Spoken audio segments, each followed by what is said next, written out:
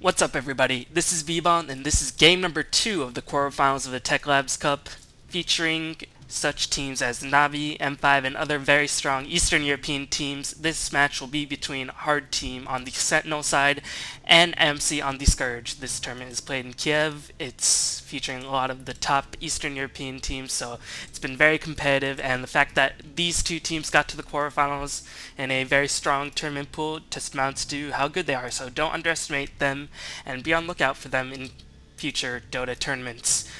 So let's just get this game underway. If you haven't watched Game 1, I recommend you do check it out. It's on my YouTube channel, youtube.com/bballin773. It's a duel between myself and my good friend Fried Rice Frog, and it is a very fun game, very aggressive, as is typical with Eastern European Dota. So let's get into this match. I won't spoil the result, but I will try to provide some analysis because this is the second game, so we might see some bans on some picks that were picked in Game 1. And, heroes that the teams might not be, they don't want to play against. So, Shadow Demon and Spectre are being picked. Neither of these heroes were in Game 1, but both are banned, sorry. And Shadow Demon is a very common ban in European Dota, mostly due to because he can be a very, very strong ganker. Once he hits level 6, if you position the Soul Catcher correctly, if you use the edge of the Soul Catcher and make sure you don't catch any of the creeps and only catch heroes, it provides so much amplified damage. The amplified damage is pure damage, and with your Demonic Purge, along with another ally, you will pretty much ensure an easy kill for your team. So he's really a strong ganker, so maybe expect to see HT go with a very early game build or an extremely late game build, so ganking is not the best option. Or maybe they just don't like facing against Shadow Demon in general. Meanwhile, these bans and picks are going by pretty fast, so I'll just go over these picks and bans a little bit, more briefly than I would have. Spectre, Invoker are common bans, Spectre being an insanely powerful hard carry. Once he gets Radiance, he becomes ridiculously difficult to stop. And Invoker just being an overall very versatile hero, extremely strong at counter ganking with Quaswex, Tornado EMP, very detrimental against pushing lineups because pushing teams do need mana almost as much as they need health. So a very farmed Invoker can provide so much insurance for your team in preventing a push.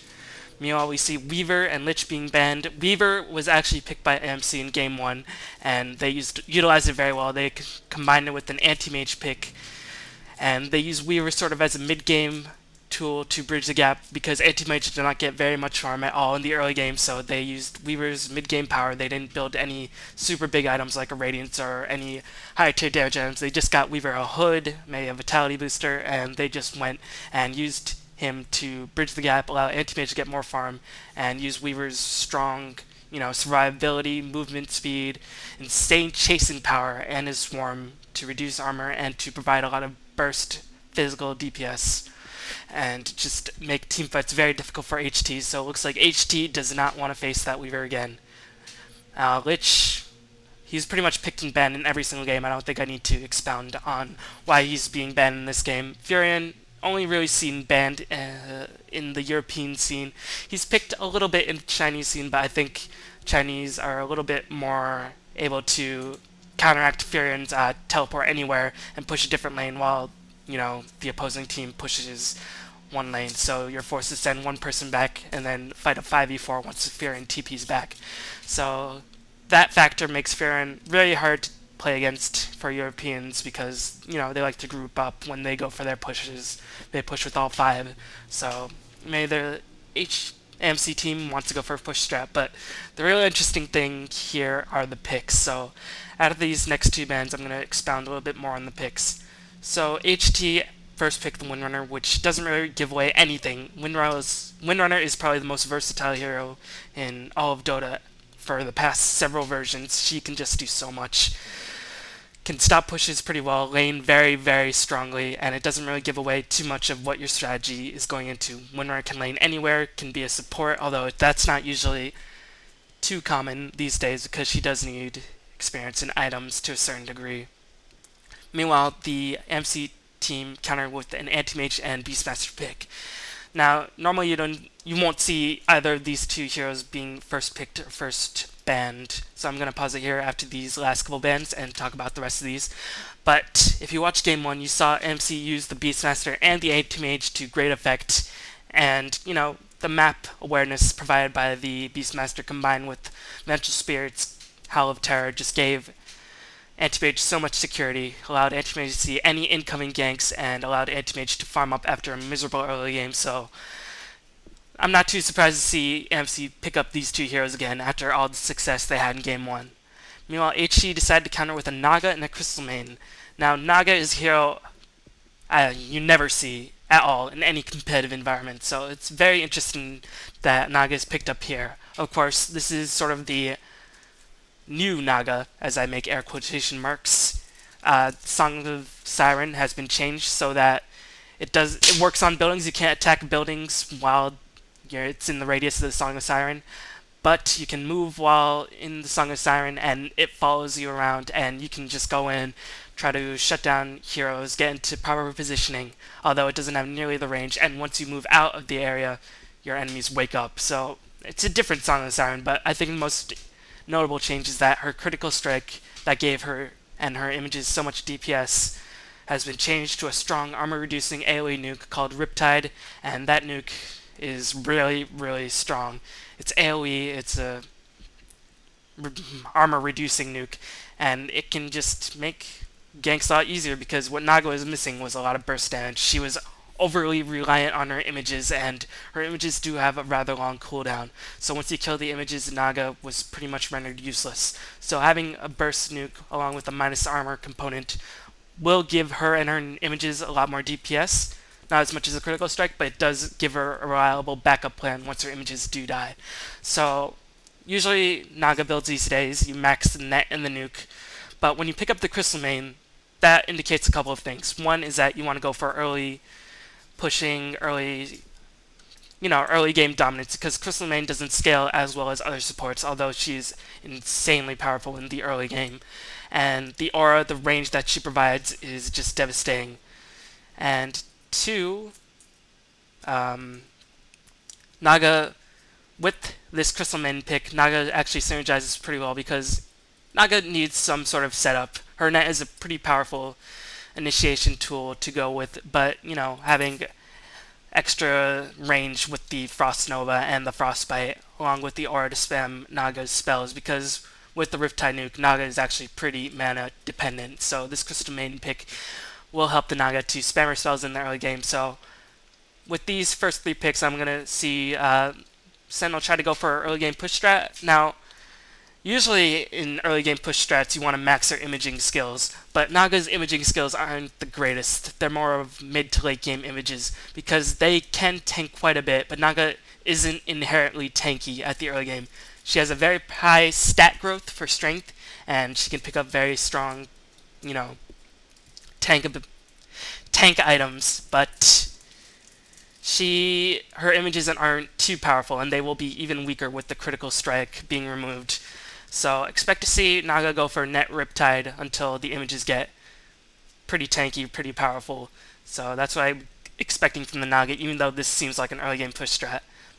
Meanwhile, the Scourge countered with the Vengeful Spirit. So right now, I'm predicting sort of an early game push strat by the Sentinel side due to these first three picks. Although, other than the Naga, these two picks don't really mean too much. But just looking at these bans, Pugna, Earthshaker, two extremely powerful turtling heroes. Earthshaker, of course, Fissure, and once you drop an Echo Slam in the midst of a team fight, that can pretty much change a game. That can stop a push team right in its tracks and give your team so much more momentum for the next team fight. So Earthshaker is one of the most commonly banned heroes when a push team is picking.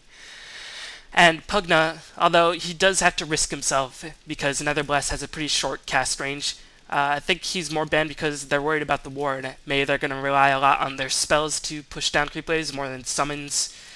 That's what's indicated with the Crystal Main pick. And, you know, Naga nukes. Windrunner has a pretty powerful nuke.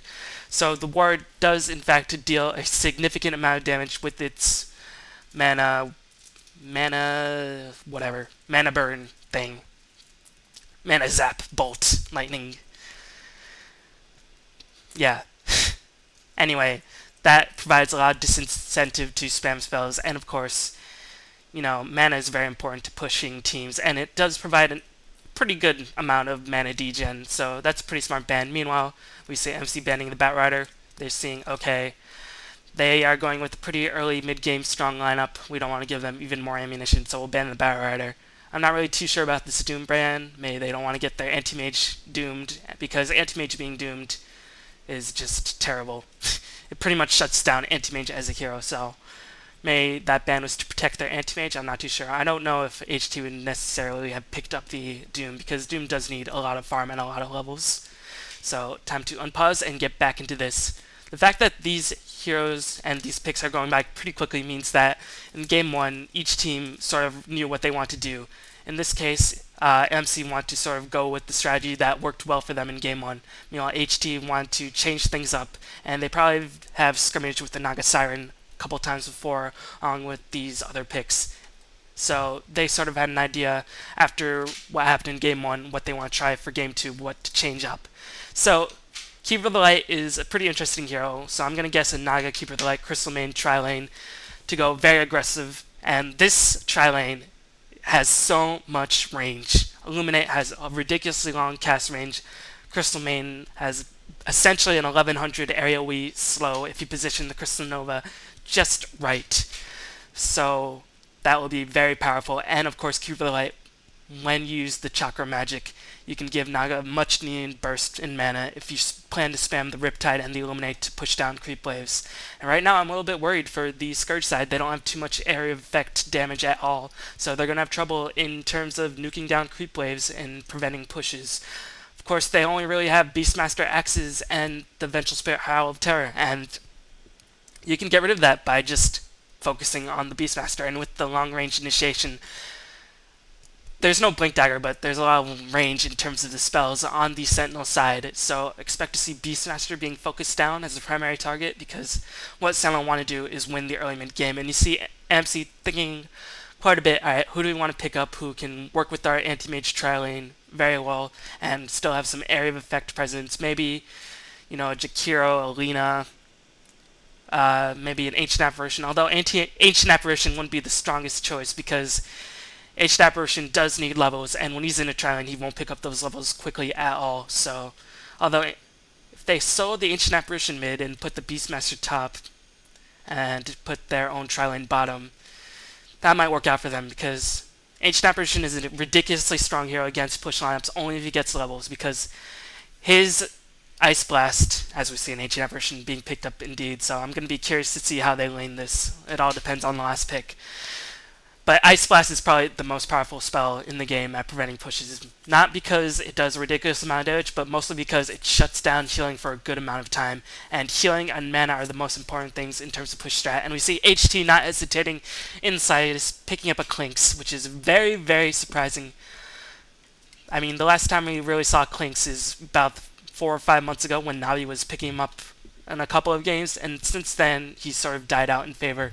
He's really too squishy. He needs a couple of items, and he can be focused down pretty hard. But Clinkz works well in this push strategy, as I will pause, because this push strategy isn't focused on summons. It's more on killing creep waves and doing a lot of damage to towers very quickly. And Searing Arrows does full damage to towers, so that gives Clinkz a lot of plus damage, combined with the Death Pact, which gives you a ridiculous amount of plus damage for a short period of time and gives Clinkz some much needed HP. Expect to see Clinkz pick up an early Orchid and just spam that Death Pact, and then once Clinkz picks up that mana absorbing item, expect the Sentinel team to push for the base if they haven't already taken the the outer towers. Meanwhile, MC counters with the Broodmother. Now, it all depends on how they lane this Broodmother, because the Broodmother is not a traditionally strong anti-pusher when combined with the teammates. If Broodmother is with your 4 other heroes against, the 5 heroes, in a straight-up 5v5, Broodmother cannot handle pushes very well. But what Broodmother can do is function similar to a Furon. You can just provide so much pressure in pushing down towers and in pressuring the lane, always forcing one person to go back. Although, in this case, I think HT is fared. HT has a pretty good counter to that. They have Keeper of the Light, and once Keeper of the Light hits level 6, you can have the Windrunner fight the spiderlings, and then once the Windrunner is needed for a push, Keeper of the Light can just use a recall and bring the Windrunner to a team fight and allow that to be fought 5v4 because the Boomerang won't be able to get there in time. So this Keeper of the Light counter pick, even before the Broodmother pick, which is a little bit surprising, helps the Sentinel team quite a bit. And Keeper of the Light himself just destroys Spiderlings. Illuminate is ridiculous against spiders. So let's end pause and get to this game. So just wild guess for lane. I'm going to guess that Clinkz is going to be soloing mid against Beastmaster. Clinkz can handle himself pretty well against Beastmaster, although he has pretty low HP pool, and once Beastmaster picks up the bottle, Beastmaster should be just fine. Meanwhile, I expect to see a Keeper of the Light, Crystal Maiden, and Naga tri-lane. I'm going to guess bottom and try to get like an early pull, and with that creep wave, push the tier 1 tower very quickly. And a Windrunner top lane just to handle himself against the tri-lane of the Ancient Apparition, Vengeful Spirit, and the Anti-Mage. So Ancient Apparition will in fact be in the tri-lane, which I'm a little bit disappointed because against the pushing I'll need that Ice Blast as soon as possible. So let's see what happens. We see Ancient Apparition picking up those wards, indicating that yes, he is going to be in the tri-lane. You see Beastmaster having 3 branches and 3 tangos, leaving himself 350 gold. I usually like to pick up a salve, but you know, you need that ball very fast when your lane gets a Clinkz. So Beastmaster will have his gold in pretty much one wave, 1.5 waves with those axes, and then he'll have his bottle and he'll be able to rune horde very effectively with the Hawk. And with the Sentinel team pushing a lot, they won't have nearly as much map control. They won't be sending their supports to roam. They'll be concentrating their firepower on the towers. We see Anti-Mage, Vengeful Spirit, pretty much standard items. Ancient Apparition picked up an early smoke. I don't really think this will be too necessary, or this will be too effective because, you know, the Sentinel team will be grouped up for the most part, so I don't think this smoke will be too useful. So it looks like it's going to be tri-lane versus tri-lane, so a little bit of laning predictions. The tri-lane did not go bottom to push against the Boomerang. They're in fact going to go top and pressure the Anti-Mage, which is probably the smartest choice by the Sentinel team. You know, Anti-Mage, he needs a couple items to get farmed, but when he does get farmed, he is a beast. And if he gets a Battle Fury and a Vanguard and stuff like that, it can clear down creep waves extremely fast, and providing so much pressure on the Anti-Mage will ensure that he doesn't get nearly the amount of experience that he needs. And this tri-lane, although it's pretty good at targeting single heroes isolated by themselves with the Cold Feet, with the Magic Missile, and with the Anti-Mage right clicks, they can't really initiate because Naga, for being an agility hero, is kind of tanky. Like, she has a very high strength growth. You can see at level 1, for being an agility hero, with only 3 branches, she already has 600 HP, and this tri-lane has a lot of range, so this Anti-Mage cannot get very close at all. And the only real harassment they have is the Ancient Apparition, because Vengeful Spirit doesn't have nearly the range that the Keeper of the Light or the Crystal Maiden has. So let's check it out. Meanwhile, Windrunner versus Broodmother, I'm not going to be paying too much attention. We see a net going down on the Anti-Mage, and we see an Illuminate just do so much damage, and we see Anti-Mage already at half health, immediately being forced to pop his salve, and this Anti-Mage will be totally and utterly fucked for this tri-lane. He's not going to get too much farm at all. So it's going to really come down to if Beastmaster can win with his tri-lane, and you can see that although Beastmaster is at probably 2/5 HP, he's holding his own against Clinkz. He can get those creep kills, and once he gets a bottle, he'll negate a lot of that harass. And meanwhile, we actually see the first blood go up on top. We saw the Keeper of the Light die, but it looks like Crystal Maiden might be the next one to die, but Anti-Mage is pretty low. They get a freeze down on the Ancient Apparition, a nice hit by the Naga. And let's see if Naga's net is on cooldown. Couple more attack move commands, one more hit, and the Riptide manages to get the kill. So although the Scourge managed to pick up the first blood, I'd have to say overall that went to the Sentinel side because Naga got a double kill, even though Anti-Mage did get the first blood. And having the Ancient Apparition die will not help him level up at all. You want Ancient Apparition to get as much experience as possible in this early part of the game. And we see already a level 4 Naga against a level 2 Anti-Mage. This is working out very well for the Sentinel, although they gave up first blood, so strong play right now. Looks like we're going to see some ganking. The smoke is going to be popped, but a nice ward being placed. Oh, this is actually the Scourge War. And looks like a net is going to be initiated on the Vengeful Spirit. Look at the nuke that the Keeper of the Light and the Crystal Maiden can both provide. But the Cold Feet does manage to catch out the Naga. But Anti-Mage already used Blink, and Blink has a pretty long cooldown at the early levels. Let's see if Naga can die. No, Naga doesn't die, and Anti-Mage does get blasted by the Illuminate, so a little bit over-regression. And this Anti-Mage is not there to help the Ancient Apparition as he gets attack animation killed by the Crystal Main and the supports. That gives him a huge boost of experience, and one of the weaknesses of the push strategy is that they do not get experience very well because they will constantly be in groups of 4 or 5. But right now, killing heroes 4-2 lead in the first 2 minutes will get them significant amounts of experience, and we see Keeper of the Light doing a lot of chakra magic, and you can see how far the Sentinel's heroes stayed back. They were over here while the Anti-Mage was being hit up here, and they didn't put themselves in too much danger. They allowed Naga tank a lot of damage, and Naga being an innately tanky hero could tank that damage.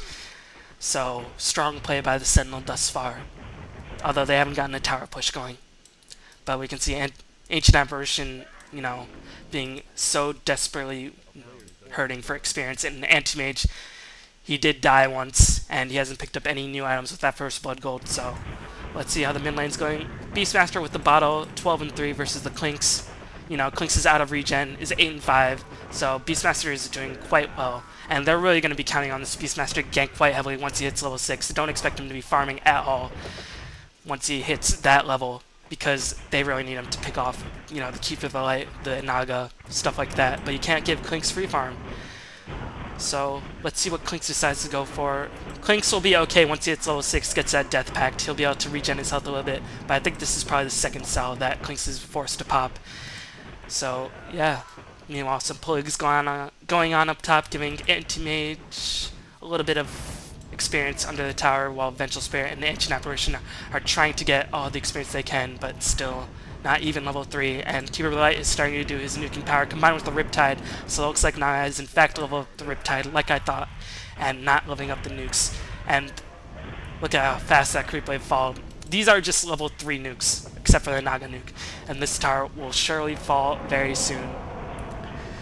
Meanwhile, a little bit of action. Nope, not much action. I'm not focusing too much on the bottom lane because Windrunner versus Broodmother, I expect that to be a wash. I expect Broodmother to handle herself pretty well. I expect Windrunner to not die. Broodmother should win the lane because you can spend the spiders to jungle, but it looks like Windrunner has in fact picked up some wards and is doing some good harassment towards the Broodmother. Meanwhile, the first tower did die in 5 minutes, so strong play by the HT team to open up. Forgot to introduce the players, by the way. Always want to be fly on the Beastmaster. Looks like he's going to do some double damage harassment against the Clinkz, but he is level 5. He doesn't have the ultimate, and he has to back away because Clinkz can do significant amount of damage. Pretty much similar to a double damage rune with those high levels of Searing Aura. And he uses a Death Pact to get his HP pool up to 900, give himself plus 27 damage without the Searing Aura, or the Searing Arrows. Looks like a smoke gang is going on. Let's see if they can catch the Clinkz, and the thing is, Clinkz doesn't have any mana. He did get roared upon by the Beastmaster. Let's see. Nope. Looks like Beastmaster manages to get that kill solo, and a little bit of time wasted by these Scourge supports, but they did get some experience. But, you know, Beastmaster pretty much got that kill by himself. And meanwhile, the Sentinel Trilon is doing the job, pushing up. We see the Ring of Basilius aura turned on, giving those creeps a lot of effective HP. Let's see what level the Crystal Main aura is. It's level 1, so she's putting a couple points of Nova. Yeah. So this is the aggressive Crystal Main build that is favored by a lot of European players. So yeah, Keeper of the Light just being very annoying. Level 3 Ancient Apparition, they really need to get the Ancient Apparition levels, but they can't really put him against the Clinkz or the Windrunner, so I don't know what they're going to plan to do with this Ancient Apparition.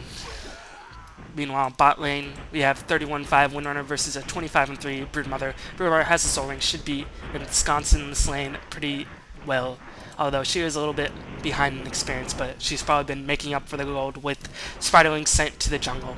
Meanwhile, Clinkz, being level 6, has the Death Pact. Let's see if he picks up some early mana regen. If he goes for the early Oblivion Staff, that'll indicate he's going for the Orchid, which is really useful because Clinkz does see the mana. Looks like Beastmaster comes up for a gang up top, gets a roar, gets a nice chain stun with the Cold Feet and the Magic Missile, but Naga is fighting back. It takes so much damage to kill this. Naga took 4 people and a couple ultimates, or 1 ultimate, but a lot of right-click damage and a lot of spells being cast on the Naga just to kill her.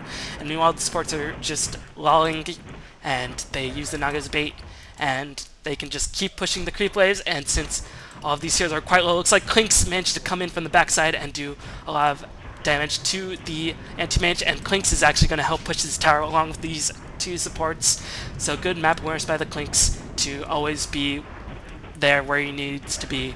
And meanwhile, let's see, Windrunner is actually being harassed a little bit, and looks like Broodmother is going to pick up this tower. So good play by this Broodmother. You know, you can't really do much to prevent the pushes up top, so you should try to push bottom tower as hard as possible. Let's see if Windrunner can get a deny.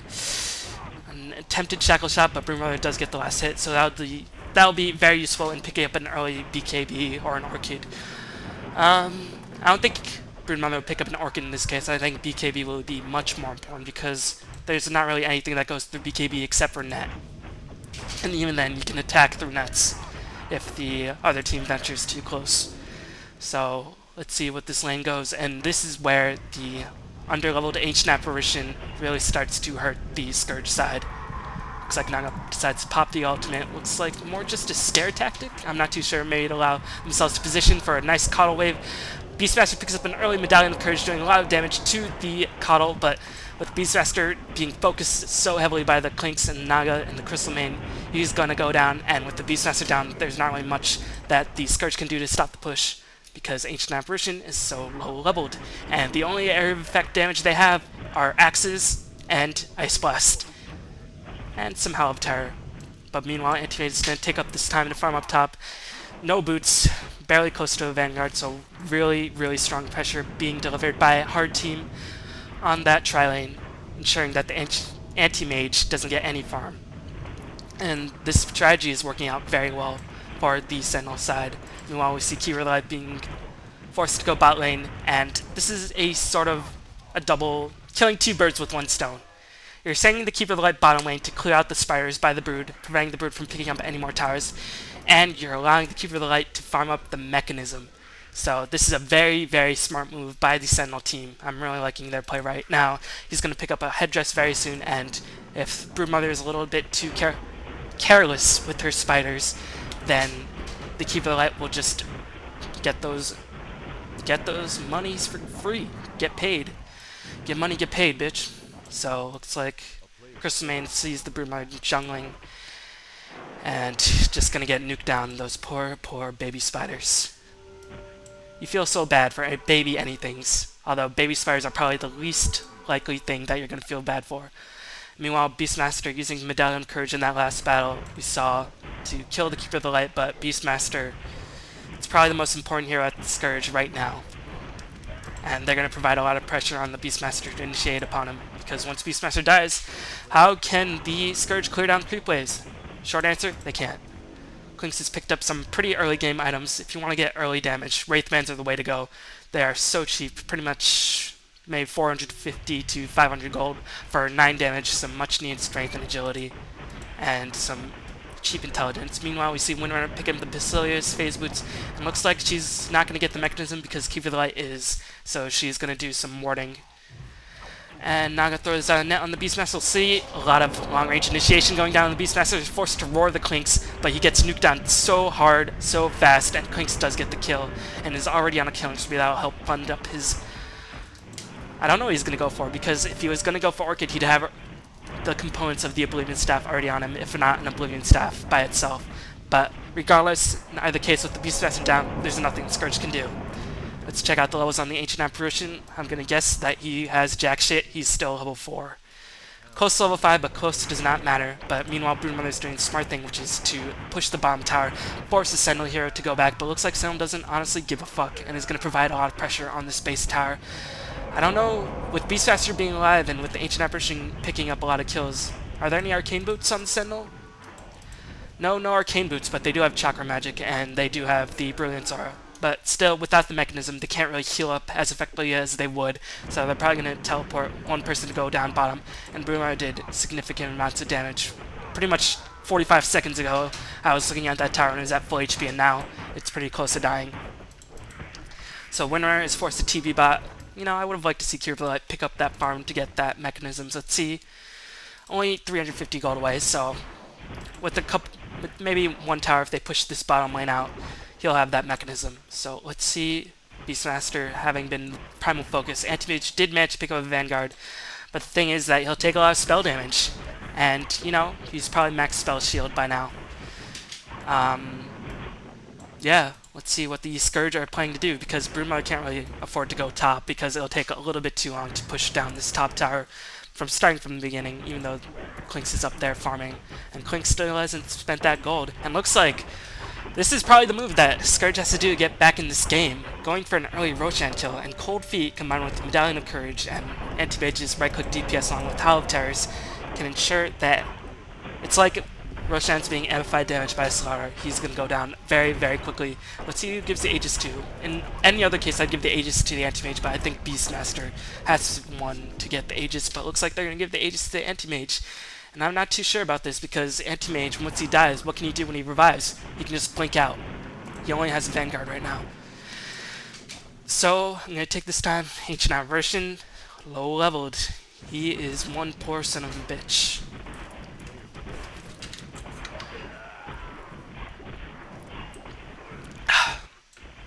Meanwhile, we see Beastmaster being invis, but the pig is in fact following him, so Sentinel should wise up to this if they see the pig wandering around. Alright, there's probably Beastmaster there. And let's see what Clinkz decides to do. He's gonna keep farming. He picks up an ultimate orb. Now this is really interesting.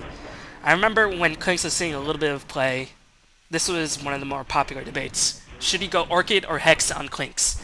Now the argument for Orchid is that it has such an easy build-up. It gives you a lot, even more mana regen than a Hex. Looks like Vengeful Spirit does swap out the Naga. Let's see if Vengeful Spirit will die. Riptide, and 2 hits and a power shot just tears that Vengeful Spirit a new one. Or Howl of Terrors that Vengeful Spirit a new one. Ha ha ha, derp derp. I'll be here all night. Anyway, back to the Orchid versus Ginsu debate.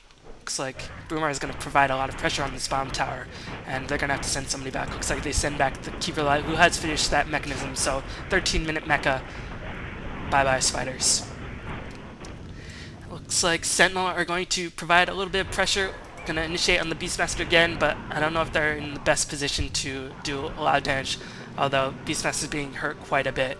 Looks like he's going to go for a Necrobook, and Necrobook isn't the strongest anti-pushing item, especially against a Coddle and, you know, a Crystal Main where the mana burn won't be as significant, but it can do a bit, you know, against the AoE nukes. If you do hit the blue Necro minion, you will do a lot of damage to yourself, and that is pure damage, and it can't be underestimated.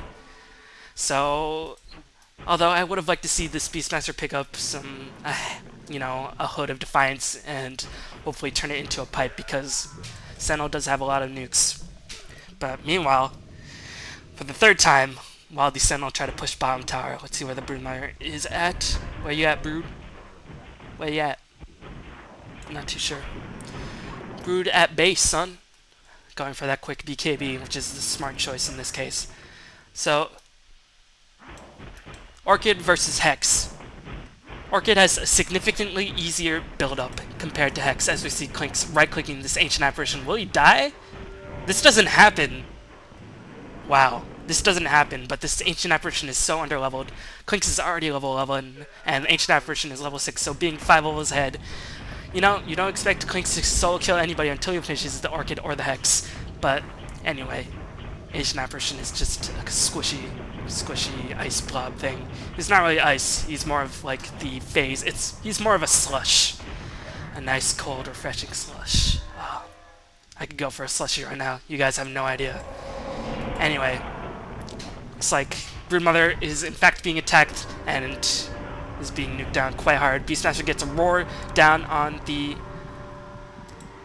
Windrunner, and combined with Cold Feet, but looks like Naga is like, alright, fight, reset, time to cast my Song of Siren, and Naga's gonna get nuked down quite hard, but with the Vanguard and with her high HP pool, 1337 HP, but Anti-Mage does get the last hit, but Anti-Mage will die, give up his Aegis. No, Clinkz is just doing so much damage at this point in the game.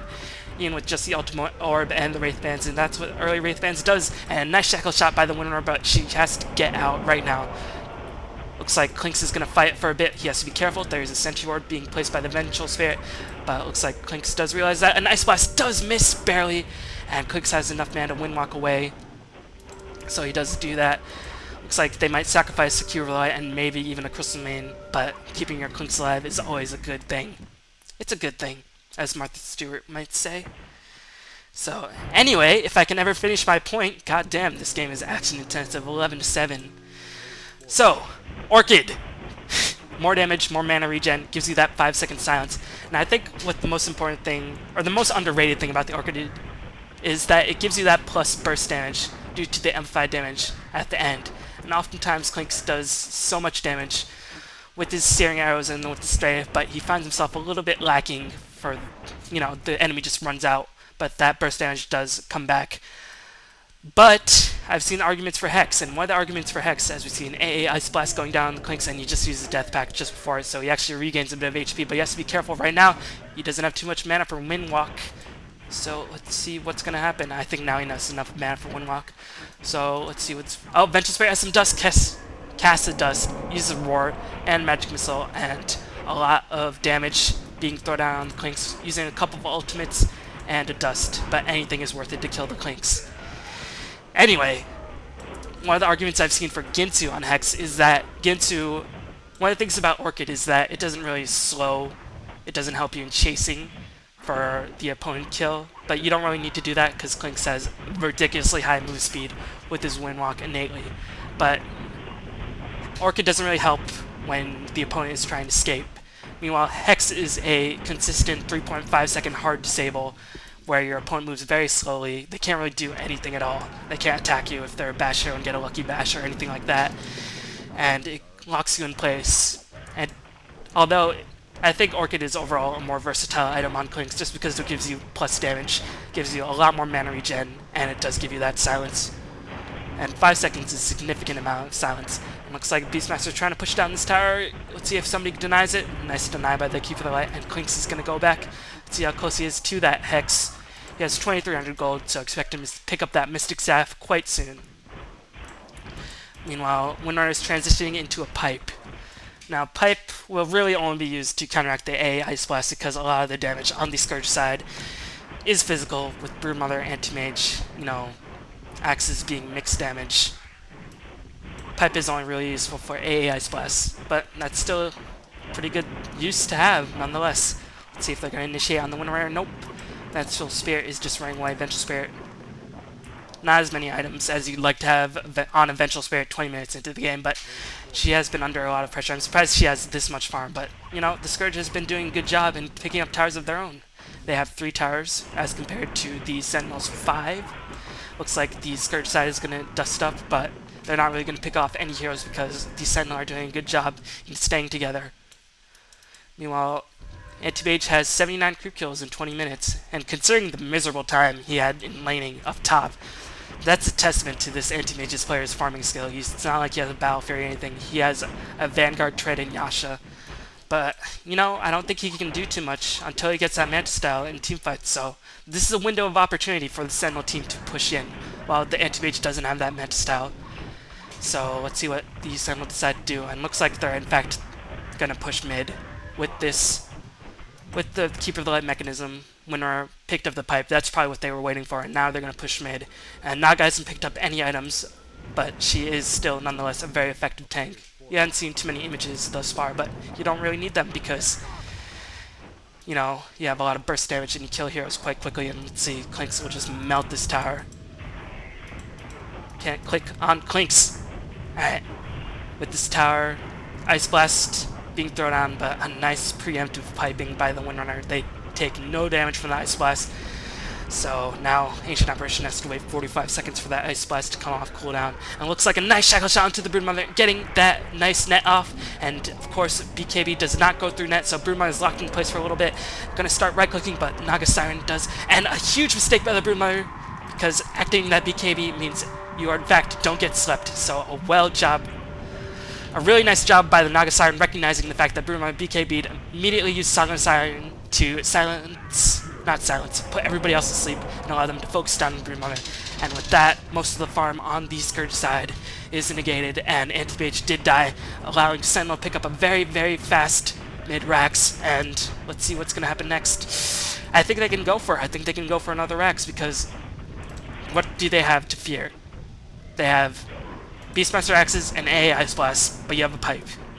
And Broodmother will be dead for 5 more seconds, and that will provide a lot more damage. Meanwhile, some Ukrainian trash talking? I don't know. Probably some friendly banter, because there are smiley faces going on. And a smiley face by Casper on the observing booth is happening, so probably not some trash talk. Both teams are Ukrainian. Both are probably have significant Ukrainian pride, but meanwhile, a nice job to isolate that ancient apparition once again, kill him right off the bat. And there's not enough AoE to push down, so they're going to have to try to focus down Hero. I'd try to focus down the Keeper of the Light, but he's just doing a good job staying in the background, throwing down blinds, and that missed chance is actually hurting the Sentinel Scourge quite a bit, and Broodmother getting net, and BKB doesn't go through net, and Anti-Mage dies again. So a good game is being called, or probably not a good game. I don't see any good game, but since it is a LAN, it is ended, and we're going to go to a game 3. So yeah, I think overall outpicked, probably outplayed by the Sentinel team in this game. Really interesting use of the Naga. This is the first time I've seen Naga in quite a bit, pretty much in the past couple of years, and first time I've seen Clinkz in quite a bit, and a real interesting variation on the push strategy. You don't need mass summons, you don't need mass healing. All you need is significant amount of nukes and some minus armor, and have some physical DPS to back it up. So wow, really, really strong strategy pulled off by a hard team right here. Be on the lookout for these guys. Looking to be a pretty hard team to go against. Ah! Oh man, I cracked myself up. Anyway, so I hope you all enjoyed that commentary very much. If you want to see Game 1, check it out on my channel, and I'll probably be casting Game 3 as well. So thank you all for watching, and have a fantastic day.